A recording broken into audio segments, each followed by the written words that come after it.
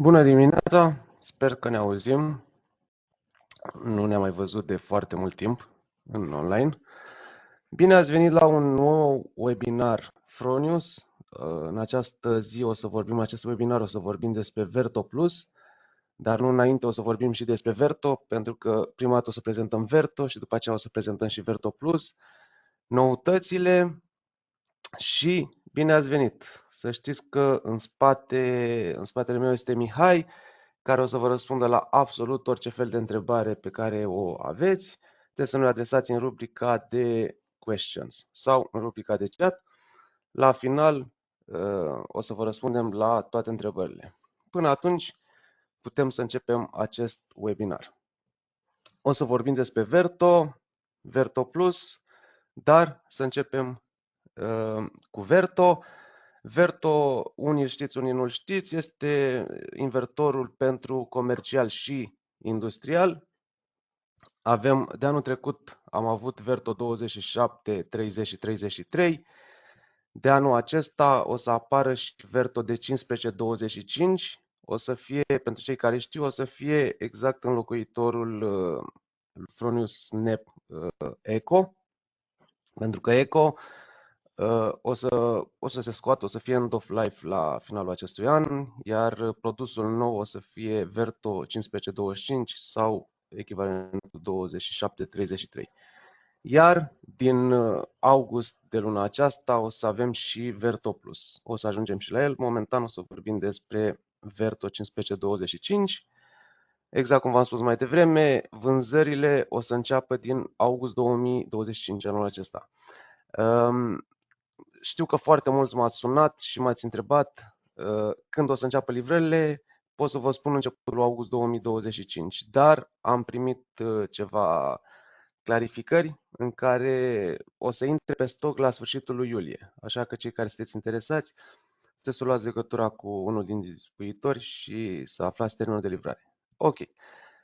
Verto 1525 cu 3 MPPT-uri, două intrări pe primul MPPT, o intrare și o intrare MC4 pe al doilea și pe al treilea MPPT-ul. Vine cu siguranțe SPD-uri pe partea de DC-ul, Type 1 plus 2 și pe partea de AC-ul la fel SPD-uri Type 2 și AFCI-ul ca și opțiune.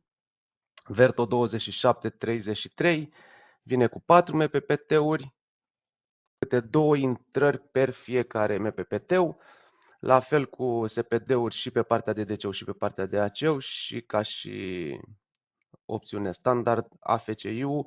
AFCI-ul este partea de detecție a arcului electric. Acum nu o să vă vorbesc despre 2733 pentru că este un produs lansat anul trecut, o să vă vorbim puțin despre 15-25 de kW Verto. 3 MPPT-uri, două intrări. De ce vă ajută aceste 3 MPPT-uri? Pentru că aveți instalări în care aveți o casă cu 3 orientări, est, vest și sud. O să vă fie foarte util 3 MPPT-uri pentru că știți și înainte 2 MPPT-uri, est-vest. Dacă vreau să punem și sud, trebuia să combinăm estul cu vestul și aveam pierderi. Acum cu 3 MPPT-uri nu mai este niciun fel de problemă. Curentul per string 28 de amperi. Iar la fel, un curent rezonabil aș putea zice, pentru că panourile au ajuns în această perioadă să aibă undeva la 13-14 amperi nominal, deci putem să legăm două stringuri fără niciun fel de problemă per MPPT-ul. 40 de amperi utilizabil, maximă tensiune de intrare 1000 de volți și Dynamic Peak Manager, care este funcția pentru umbrire. Instalarea Verto se face foarte ușoară, avem o zonă foarte mare.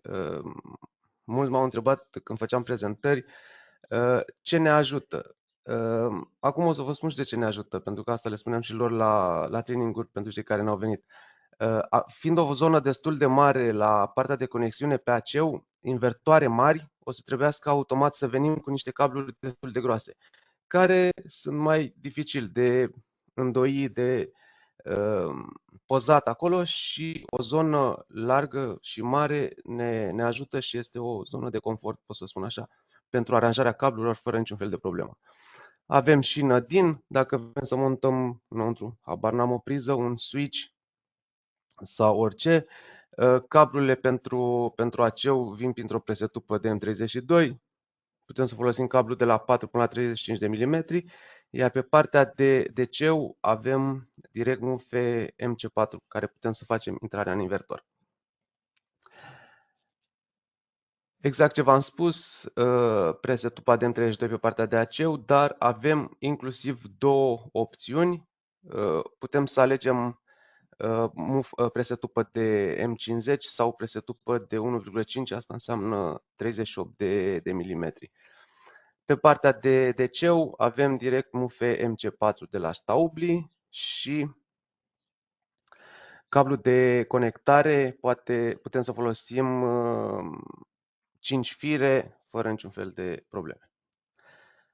Generarea asimetrică, iar un subiect destul de sensibil pe care aș vrea să-l atingem pe partea de Verto. Generarea asimetrică, cu cei care am mai discutat și ați văzut, avem probleme, inclusiv acum 2 zile m-a sunat cineva pentru că i-a venit o factură destul de mare pentru că avea invertor trifazic și consum decât o singură fază. Verto și Gen24 știe să facă chestia asta și când mă sunați și îmi spuneți am nevoie neapărat ca să fac export 0, generarea asimetrică vă ajută. Mai primesc întrebări și vreau să vă răspund și vouă ca să știți, unora le-am răspuns, unora nu. Mai avem întrebări cât știe să facă partea de limitare. Și pot să vă dau un exemplu. Dacă un invertor de 15, luăm exemplu, Verto de 15, el știe să facă 5-5-5, nu poate să facă mai mult de 33% din nominal. Deci când vorbim de 5-5-5 pe fiecare fază, înseamnă un 5 nominal. Nu știe să facă mai mult de 33% în plus.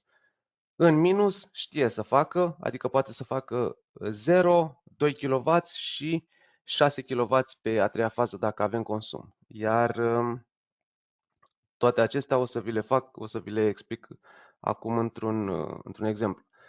Avem partea de DC-ul, 23 de kW, invertor de 15, spre exemplu, și el știe să producă 5-5-5, dacă nu avem funcția de asimetrie activată.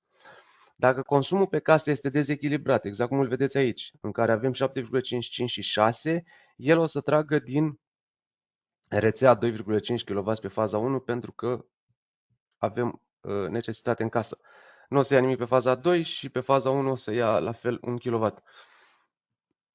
Aici este foarte bine dacă am activa funcția de consum asimetric. Și acum vă dau și exemplu. Avem panourile, invertorul, iar el știe să producă atât cât este nevoie pentru casă ca să facem export 0 sau să nu luăm nimic din rețea. Această funcție se activează în invertor. La partea de limitare aveți limit per phase, limit entire system sau asymmetric consumption. Încă mai avem probleme cu unii instalatori în care mă sună și îmi spune nu am funcția de asimetrie. Faceți update-urile, să aveți update-urile la zi. Când aveți update-ul la zi, o să aveți și această funcție. Această funcție s-a introdus de la update-ul 1.34. Deci dacă aveți un invertor mai vechi și aveți pe el 1.30, 1.31, 1.32, nu o să aveți această funcție. Fac acum o mică paranteză, la fel și pentru cei care ați cumpărat și montați rezerva. Unii știu, unii nu știu. Când montați rezerva, trebuie neapărat să aveți ultimul update, pentru că altfel nu o să o aveți la componente. Asta am făcut o paranteză ca să știți. Exact ce v-am spus, puterea pe fază nu poate depăși 33% din nominal. Această opțiune este inclusiv pentru Gen24, inclusiv pentru Verto, Verto Plus, de la 15 la 33. Nu avem această funcție de consum asimetric pe Tauro. Bineînțeles că am avut și această întrebare de când lucrez la Fronius. Pentru că, de ce? De ce? Pentru că atunci când vorbim de Tauro, vorbim de sisteme mari. 200, 300, 500, 1 mega, 2, 3. Cred că cel mai mult ne ajută producția, adică să producem cât mai mult ca să ținem autoconsumul și să nu facem consum asimetric, să producem doar pentru noi, adică atunci când montăm un sistem atât de mare, nu cred că este cazul de consum asimetric. V-am spus și mai devreme, SPD-uri integrate, AC-ul și pe partea de DC-ul nu necesită niciun montaj ulterior, vin deja montate de către noi, nu aveți costuri adiționale, iar dacă aveți o problemă cu unul dintre SPD-uri, se poate înlocui la fața locului. Opțional, este o opțiune atunci când se face comanda pentru Verdo se poate lua opționale Type 2 sau Type 1 plus 2. V-am spus mai devreme despre Arc Guard, adică AFCI-ul. AFCI-ul este detecția arcului electric pe partea de DC-ul. Este o funcție certificată de IEC 63027. Nu este o opțiune, este, din ce am înțeles acum și am mai vorbit și cu instalatorii, este un must neapărat, pentru că vedeți că apar din ce în ce mai multe instalări neconforme în care această funcție poate să ne ajute într-un viitor incendiu. Noi, Fronius, avem și divizia de sudură, în care știți foarte bine că sudura se face printr-un arc electric, iar această tehnologie a fost îmbunătățită și împărțită cu colegii de la sudură și credem noi că am făcut o soluție foarte, foarte bună. AFCI-ul poate fi și dezactivat, pentru că am primit și această întrebare. Pot să activez AFCI-ul? Da, se poate intra în meniul invertorului și se poate activa sau dezactiva această funcție. Placa de comunicație care transmite toate datele din invertor, smart meter și intrări și ieșiri digitale este placa pilot. De ce am pus acest slide? Pentru că vreau să vedeți și dumneavoastră, acolo în stânga de mufa portocalie, avem o mufă RG45 pe care scrie BAT. Pentru cei care au mai instalat, știu și BID și rezerva. Acum pe rezerva, pe partea de baterie conectăm o mufă RG45 și venim cu un cablu pe care o să-l secționăm și o să intrăm pe partea de Modbus M0 Plus și M0 Minus. Pe viitor, adică pe Verto Plus, această mufă o să luăm un cablu RG45 drept, nu cross, un cablu drept în care o să-l conectăm la baterie la rezerva, direct în mufa de pe placa pilot și atunci o să fie instalarea foarte ușoară. Din această cauză am pus și această poză ca să vedeți pentru cei care o să monteze pe viitor rezerva cu Verto Plus. Fronius Verto Plus, noul invertor hibrid pentru comercial și industrial de la Fronius. Cu puteri de la 15 până la 33, este exact Verto normal, doar că acesta este și hibrid. Suportă baterii, noi îl recomandăm pentru comercial, mici și medii, pentru agricultură și inclusiv pentru industria ușoară. Dar, de ce nu, inclusiv pentru casnic? Și aici pot să vă dau un exemplu. Avem o casă în care avem o piscină încălzită, deja putem să vorbim de un consum de 7, 8, 10 kW instant, cu pompe de căldură, cu AC-uri. O să vedeți că Verto Plus este perfect pentru acest tip de locuințe. Puteri între 15 și 33 de kW, 3 MPPT-uri cu câte 2 intrări pe fiecare intrare. De ce 3 MPPT-uri? Pentru că Verto Plus 2533 vine cu 4 MPPT-uri. S-a sacrificat un MPPT fix pentru intrarea bateriei. La fel ca și Verto normal, avem SPD-uri pe partea de DC-ul, SPD-uri pe partea de AC-ul și știe să facă full backup cu baterii trifazic. Știe să facă asimetrie în full backup, deci dacă avem consumatori trifazici și intrăm în full backup, el o să facă față cu brio. 3 MPPT-uri, câte 2 intrări pe MPPT, exact ca și Verto, 28 de amperi, adică putem să legăm două stringuri în paralel, intrarea maximă de 1000 de volți și Dynamic Peak Manager-ul. Intrarea bateriei se face pe MUFE MC4 de la Evostor. Avem o intrare de baterie, putem să legăm Fronius rezerva de 16,4 kW, putem să legăm 4 turnuri de 16,4 o să fie undeva la 60 și ceva de kW. HVS, HVM sunt încă compatibile, HVM-ul de 22, HVS-ul de 12,8. BID-ul suportă doar 3 module în paralel, adică putem să punem 3 HVM-uri de 22, asta înseamnă 60 și ceva de kW. Nu, 5, aici vreau să fac o precizare, dacă montăm HVM, punem 3 turnuri în paralel, nu putem să punem 3 turnuri de 22,1, trebuie să punem 3 turnuri de 19 kW, asta o să însemne undeva la 57 de kW. Pe Fronius rezerva putem să punem 4 turnuri de 15,8.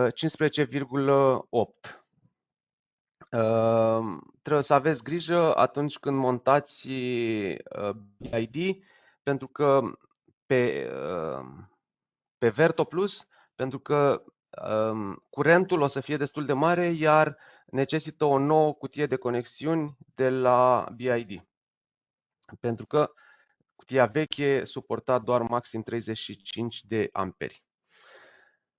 Acum vreau să vă dau 3 exemple despre ce vine nou Verto Plus, pentru că avem o chestie nouă pe care nu o găsim pe Gen 24. Și exact cum mă știți și cum îmi place mie cel mai mult să vorbesc pe exemple, pentru că este foarte ușor. Avem panourile, avem invertorul, avem bateria. Ce este nou la Verto? Avem 30 de kW, putem să băgăm 9 kW în baterie și să știți că el poate să utilizeze toată capacitatea lui de 30 de kW pentru un consum. El poate să ofere pe invertoarele Verto de la 15 la 20, 150%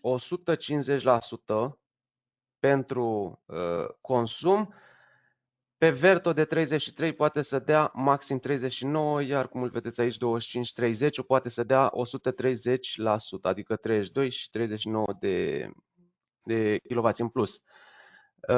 Inclusiv poate să ia din baterie, și vă dau un exemplu. Avem din panouri 30 de kW, invertorul este de 30 și avem un consum de 39, el poate să ia cei 30 de kW din panouri, 9 kW din baterie și să alimenteze consumatorul de 39 de kW. Asta vreau să vă spun. Chestie pe care, făcând o comparație cu Gen 24, Gen 24 nu știe să dea. De asta v-am spus că este o noutate pentru Verto Plus. Poate să dea un vârf de putere de 60 de amperi din baterie, nominalul de 50, are nevoie de răcire după acest vârf de putere de 60 și este disponibil inclusiv în backup, tot ce v-am spus mai devreme. Iar exemplul al treilea poate să folosească și din panouri, în partea de full backup, și din panouri și din baterii, să ofere un maxim de 50 de kW pentru 10 secunde. Acum aș vrea puțin să vorbim de partea de backup. Soluțiile disponibile în momentul de față este switch-ul manual de la 15 până la 33 de kW cu 63 de amperi curentul, și avem cel automat de 35 de amperi care putem să-l folosim pentru Verto de 15 și 20. Urmează la anul să avem un switch exact ca cel automat, un backup controller de la 15 la 33 de 63 de amperi ca să poată să suporte și Verto-urile de 25 și de 33. Envitec au făcut această soluție de 25-33 de kW pentru Verto, dar știu că foarte mulți care montați și Gen 24 înainte, vă făceați tablourile sau partea de tablou full backup vi-l făceați dumneavoastră. Și acum este absolut la fel cum îl făceați și înainte și montați pe Gen 24, la fel puteți să-l montați și pe Verto, doar că acele contactoare dinăuntru trebuie să suporte cel puțin 63 sau 65 de amperi. Să știți că nu aveți probleme cu invertoare de 33 hibride. Asta este partea de full backup. Ce pot să vă mai spun este că în viitor o să avem și funcție de trecere, acum nu știu dacă e ok să vă spun sau nu, o să avem funcție de trecere prin 0 însemnând 0,2 secunde, adică insesizabil, și o să fie la alegere dacă vrem să alegem funcție de UPS sau vrem să așteptăm cele 3 secunde care sunt în momentul actual ca să vedem cum fluctuează rețeaua. Și, nu în ultimul rând, aș vrea să vă spun partea de limitare sau comunicare între invertoarele Fronius. Cum bine știți, aveți deja sau vă interesează, aveți montat un sistem, un SIMO montat acum 2 ani, acum 3 ani și vreți să montați acum baterii sau clientul vrea să-și monteze baterii ceva mai mare sau aveți un Taurus și vreți să mergeți pe baterii, să știți că toate invertoarele comunică între ele și pot fi legate între ele, însemnând orice invertor care are placa pilot, care înseamnă Gen 24, Tauro sau Verto, inclusiv Verto Plus, poate fi master, legăm smart meter-ul. De ce vă spun toate acestea? Pentru că le-am tot primit întrebările acestea în ultimul timp. Invertorul care o să fie master trebuie legat smart meter-ul pe el, bateria, dacă alegem pe Gen 24 sau pe Verto, legăm bateria și după el putem să legăm până la 20 de invertoare. Ele comunică în mod bus TCP, adică trebuie să fie, nu se leagă fir fizic între ele, trebuie să fie legate în aceeași rețea. Acum alegeți dumneavoastră dacă le legați pe cablu sau îl legați pe wireless. Sunt legate în aceeași rețea, intrăm pe invertorul master, îl selectăm pe el master, căutăm celelalte invertoare, selectăm invertoarele și gata. Acum am mai primit întrebări, inclusiv vreau să am un Gen 24, mai am un Snap și vreau să leg între ele. Dacă nu vreți să faceți limitare, nu aveți de ce să le legați între ele. Pur și simplu le adăugați în același SolarWeb, în același cont, iar ele o să se vadă unul pe altul și o să vă arate graficul foarte frumos, inclusiv consumul și producția. Dacă nu vreți să le limitați, nu trebuie să le legați între ele, să faceți master, slave, doar să fie în același plan pe SolarWeb. Am ajuns și la final. Ne bucurăm foarte mult că ați venit aici. O să mai rămânem 5 minute pentru a răspunde la întrebări și vă mulțumim foarte mult și o să ne vedem la următorul webinar sau chiar training fizic, de ce nu. Mulțumim frumos!